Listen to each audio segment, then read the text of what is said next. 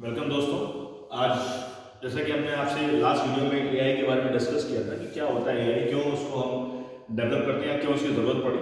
आज हम उसको डेवलप करने का पर्पस जानते हैं कि गोल्स क्या है, उससे हम क्या क्या कर सकते हैं, उसको जानने की कोशिश करेंगे कि why AI is needful in the current scenario. तो आज का टॉपिक हमारा वही है कि गोल्स ऑफ आर्टिफिशियल इंटेलिजेंस। तो हम अगर मशीन्स को बनाने की बात करते हैं तो ऐसी मशीन्स बनाने की बात कर रहे हैं जो कि इंटेलिजेंट हो, मतलब अपने आप से बहुत कुछ कर सके। तो पहला पॉइंट हमारा उसी से रिलेटेड है। क्यों आप जानते हैं कि इंसान है वो सबसे कह सकते हैं कि इंटेलिजेंट जानवर है, इंटेलिजेंट एनिमल है। उसको जो उसकी जो संज्ञा दी गई है वो यही दी गई है कि वो सबसे काबिल जानवर है इंसान।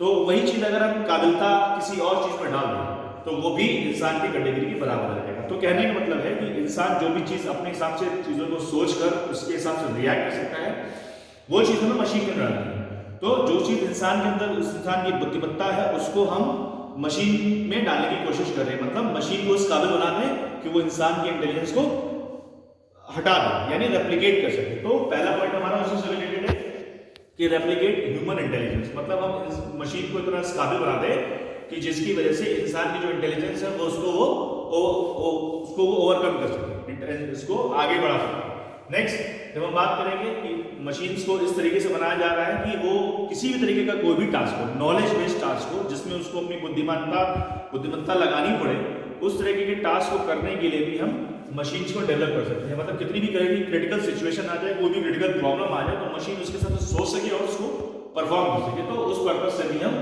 नॉलेज बेस्ड जो भी टास्क है, जैसे अभी तक जो भी हमारा नॉलेज बेस्ड टास्क होता है उसको इंसान या हम आप भी करते हैं, तो उस टास्क को हम कुछ ऐसी चीजें डिजाइन करते हैं उस टास्क को करने के लिए कि हम बिना इंसान की मदद से कोई भी टास्क आपका मशीन या कोई भी दूसरी जो रोबोट टाइप के हैं वो उसको परफॉर्म कर सके।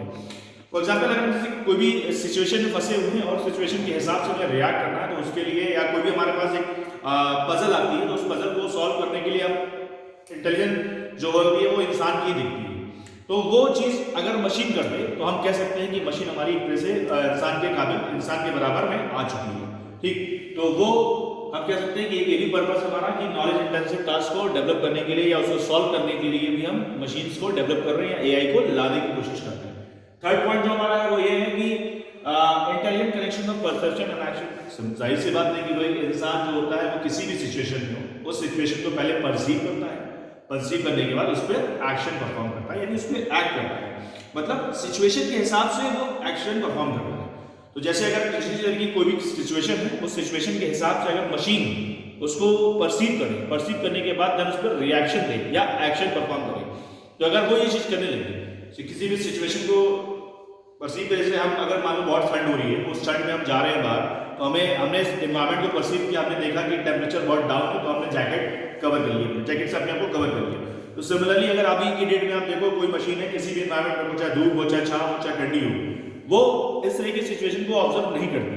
तो हमें भी ऐसी मशीन डेवलप करनी है या ऐसी चीजें डिजाइन करनी है जिसके बिहाफ पर चीजें जो है वो अपने हिसाब से एडजस्ट होती चली जाए और मशीन उस सिचुएशन को परसीव करे, देन उसके बाद रिएक्ट करें। हमने इससे पहले भी एक तरीके का एक एग्जाम्पल बताया था जहाँ वॉरफेयर की कंडीशन बताई थी। जैसे इंसान अगर कोई भी मिलिट्री का बंदा होता है या सोल्जर जो भी होता है, वो अगर किसी वॉरफेयर में जाता है, किसी लड़ाई में जाता है, तो वो सिचुएशन को रिएक्ट करता है, समझता है, फिर उसके बाद रिएक्ट करता है। तो मशीन भी कुछ हमारी ऐसी तैयार हो जाए जो कि अगर उसको हम भेजें किसी भी वॉर में भेजें, तो सामने वाले बंदे की तरह किस तरह से सिचुएशन है उसके हिसाब से सोचे और फिर देन रिएक्ट करें। तो वो हम कह सकते हैं जब वो होने लगेगा तो हम कह सकते हैं कि एआई का पर्पस पूरा हो गया।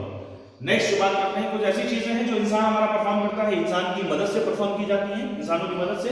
तो जब वो चीज हमारी मशीन परफॉर्म करने लगे तो भी कह सकते हैं कि हमारा मशीन का को डेवलप करने का जो पर्पस था वो पूरा हो गया। फॉर एग्जाम्पल जैसे चेस खेलने की बात करते हैं, तो अगर अभी आप कंप्यूटर से चेस खेलते हो, कंप्यूटर के पास एक डिफाइंड मूव्स होते होंगे, उसी मूव्स में जब आप कोई उसके मुताबिक मूव चलते होंगे तो वो उसी के रेफरेंस में कोई एक मूव चलता होगा। मगर कभी कभी होता क्या है कि जब हमने कोई ऐसा मूव किया तो वो चीज उसके करस्पॉन्डिंग मूव जो है मशीन के पास नहीं है, तो मशीन उस जगह पर रिएक्ट नहीं कर पाती। मगर हमें ऐसा बनाना है कि उसको भी जो भी हम नया मूव करें, एक डेटा मशीन के डेटाबेस में भी किसी भी तरीके का जो मूव्स है उसके बाहर की अगर बात हो तो मशीन उसके बाहर के हिसाब से भी रिएक्ट मूव्स को देखे और उसके करस्पॉन्डिंग मूव को चल सके।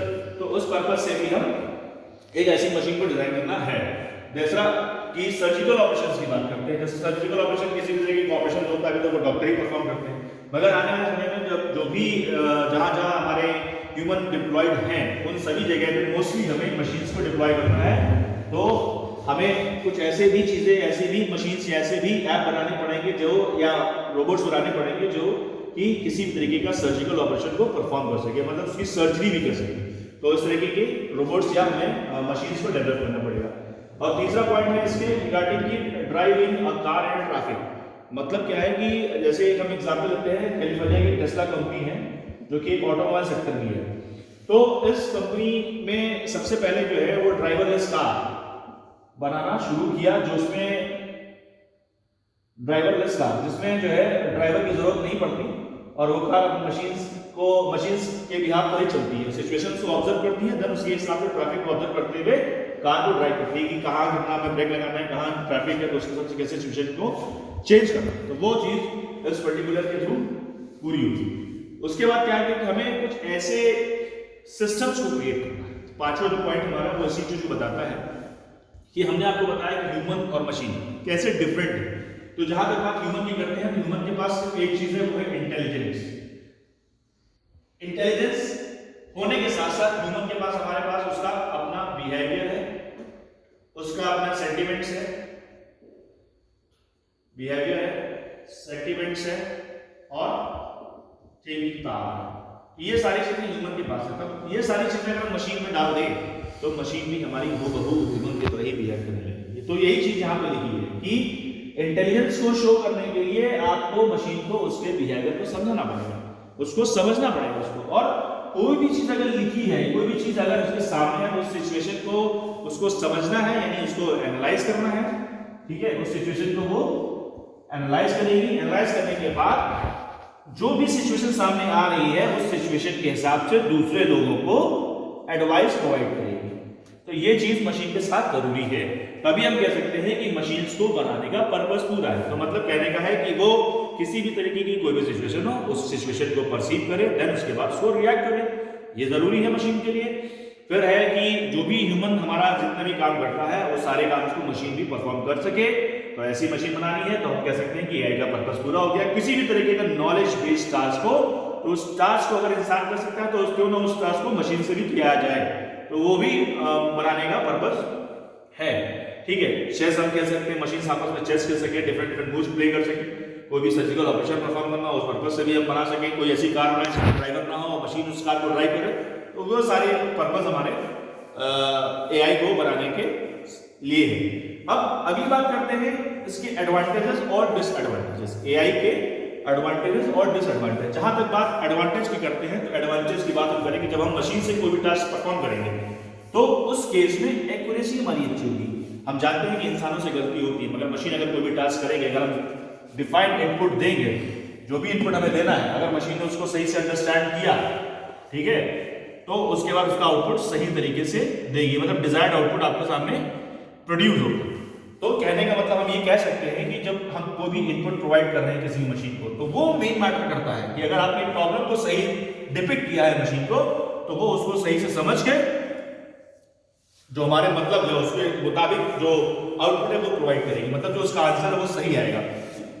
और इंसानों की अगर बात करें तो जाहिर सी बात है कि इंसान कोई भी काम करता है तो उसमें चांसेस होते हैं गलतियों के, मिस्टेक्स बहुत सी हो सकती हैं, तो उसके केस में एक्यूरेसी उतनी अच्छी नहीं हो सकती। मगर मशीन की केस की अगर हम बात करें तो दो चीजों का होना बहुत जरूरी है। पहली चीज कि जो भी हमने इनपुट दिया है उस इनपुट के बिहाफ पर मशीन अगर प्रॉब्लम को सही समझ रही है, मशीन अगर उस प्रॉब्लम को सही समझ रही है, तभी हमारा डिजायर्ड जो आउटपुट है वही मिलेगा, मतलब एक्यूरेसी 100% रहेगी।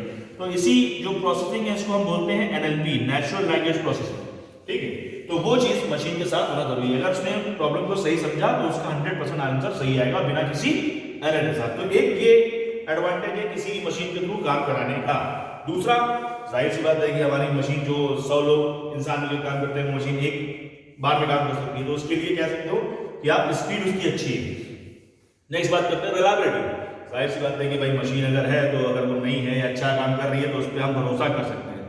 ठीक है, उस पर हम भरोसा कर सकते हैं, मगर इंसानों पर भरोसा नहीं कर सकते, क्योंकि क्योंकि वो कभी भी धोखा दे सकता है, मगर मशीन नहीं। अगर वो सही चीज कर रही है एक लाइफ एक टाइम तक, उस पर हम भरोसा कर सकते हैं, ठीक है।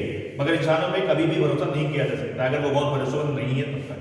तो मशीन धोखा नहीं देगी जब तक वो उसका जो वैलिडिटी है, जो उसका टाइम पीरियड है, उस समय तक वो काम कर रही है। तो next, useful for high risk areas. मैंने आपको पहले बताया कि अगर कोई भी ऐसी सिचुएशन आती है जहां पर रिस्क सबसे ज्यादा है, तो उस रिस्क को कम करने के लिए हम मशीन को वहां पर डिप्लॉय कर सकते हैं। फॉर एग्जांपल बॉम्ब डिफ्यूजल का हमने आपको बताया था, या किसी भी वॉरफ्रंट की बात कर रहे हैं, ठीक है, किसी भी वॉरफ्रंट की बात कर रहे हैं, उस जगह पे भी हम मशीन को सिचुएशन को एनालाइज करने के लिए भी भेज सकते हैं। देन अगर वहां कोई ब्लास्ट हो तो मशीन को बहुत ज्यादा नुकसान नहीं होगा, ठीक है। तो ये सब चीजें हम कर सकते हैं। देख रहा है डिजिटल असिस्टेंट के रूप में एग्जाम्पल के तौर पर हमने अभी आपको इससे पहले वाले क्लास में गूगल असिस्टेंट का एग्जाम्पल बताया था, जहां पर हम इस असिस्टेंट की मदद से कोई भी चीज को अगर परफॉर्म कराना चाहते हैं, किसी को कॉल करना चाहते हैं, कोई चीज व्यू करना चाहते हैं, तो हम उसकी मदद से ये काम कर सकते हैं वर्बली बोल करके, ठीक है। तो these are some example which are related to AI as well as NLP, natural language processing. Now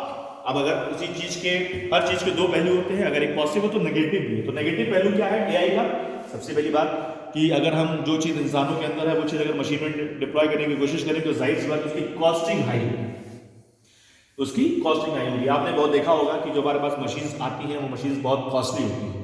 तो जाहिर सी बात है कि जब वो 100 लोगों का अकेले एक मशीन काम करेगी तो जाहिर सी बात उसकी कॉस्ट ज्यादा आएगी। तो एक पहली प्रॉब्लम ये होगी। दूसरी प्रॉब्लम क्या है कि can't think out of the box. Means क्या है? बॉक्स का मतलब क्या है कि वो एक उसका जो डिफाइंड कॉन्स्टेंट है या उसका डिफाइंड डोमेन है उसी के अंदर ही वो सोचेगी, उसके बाहर नहीं सोच सकती। ये हम एक कह सकते हो एज एक्सेप्शन है मशीन के लिए। अगर हमारा एआई बहुत एडवांस लेवल पर नहीं गया तो हम कह सकते हैं कि ये इसका डिसएडवांटेज हो सकता है, मगर जब एडवांस लेवल पर चला जाएगा तो ये चीज भी नहीं होगी। नेक्स्ट बात करते हैं कि नो फीलिंग्स एंड इमोशंस। अभी तक की जो एआई डेवलप हुई है उसमें किसी भी तरीके का कोई भी फीलिंग और इमोशंस नहीं है। तो हमें इसी चीज को मशीन के अंदर डेवलप करना है। जिस दिन ये चीज आ जाएगी उस दिन इंसान की जरूरतें, इंसान की मदद से जो भी सारे काम किए जा रहे हैं वो सारे काम खत्म हो जाएंगे, वहां पर मशीन ही पूरी तरीके से डिप्लॉय कर दी जाएगी। तो क्या चीज आनी जरूरी है? फीलिंग्स को।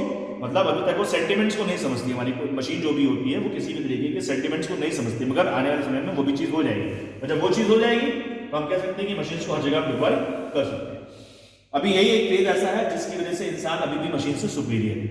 Next, no increase dependency on machine. जाहिर सी बात है जब आप हर काम मशीन पे कराने लगोगे, मशीन से कराने लगोगे तो आप भी मशीन पे डिपेंडेंट हो जाओगे। और अगर कुछ कराना भी है, अगर आपको कुछ मंगाना भी है तो आप कहोगे कि नहीं हम ये काम करा सकते हैं और ये मशीन से कराएंगे। फॉर एग्जाम्पल हमने एक डिजिटल रोबोट बनाया है, या डिजिटल रोबोट हमारे पास है जो कि घरों में यूज होता है, उसको बोलते हैं रूम्बा।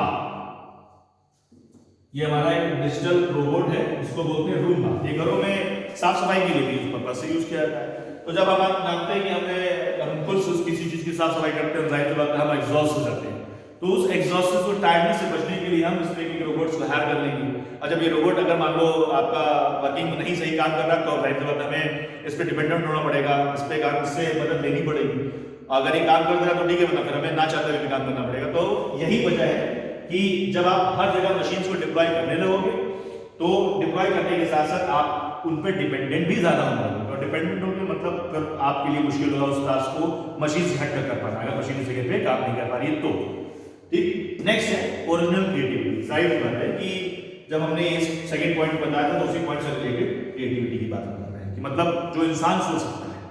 और ये जो चीज है वो इसी चीज से आएगी, थर्ड वाले पॉइंट से, कि जब आपके पास फीलिंग्स है तो फीलिंग्स के हिसाब से आप नई चीज को सोच सकते हो और उसको बना सकते हो। बट मशीन के अंदर क्या है, एक डिफाइंड कांस्टेंट में काम करेगी, डिफाइंड डोमेन नहीं काम करेगी, जिसकी वजह से वो कुछ भी बॉक्स से बाहर नहीं सोच सकती। अगर बॉक्स से बाहर सोच ही सकती तो मतलब उसकी क्रिएटिविटी जीरो है।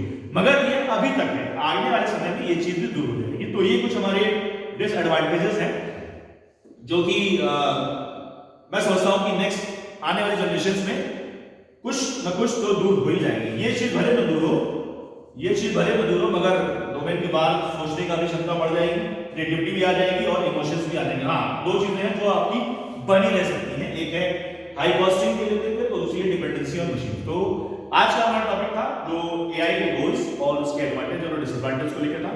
उम्मीद है कि आपको ये टॉपिक समझ में आया होगा और आपसे एक गुजारिश है कि इस चैनल को लाइक करिएगा, सब्सक्राइब करिएगा और ज्यादातर लोगों को शेयर करिएगा, जिससे इसका जो एडवांटेज है वो बाकी लोगों को भी देखने को मिले। Thank you.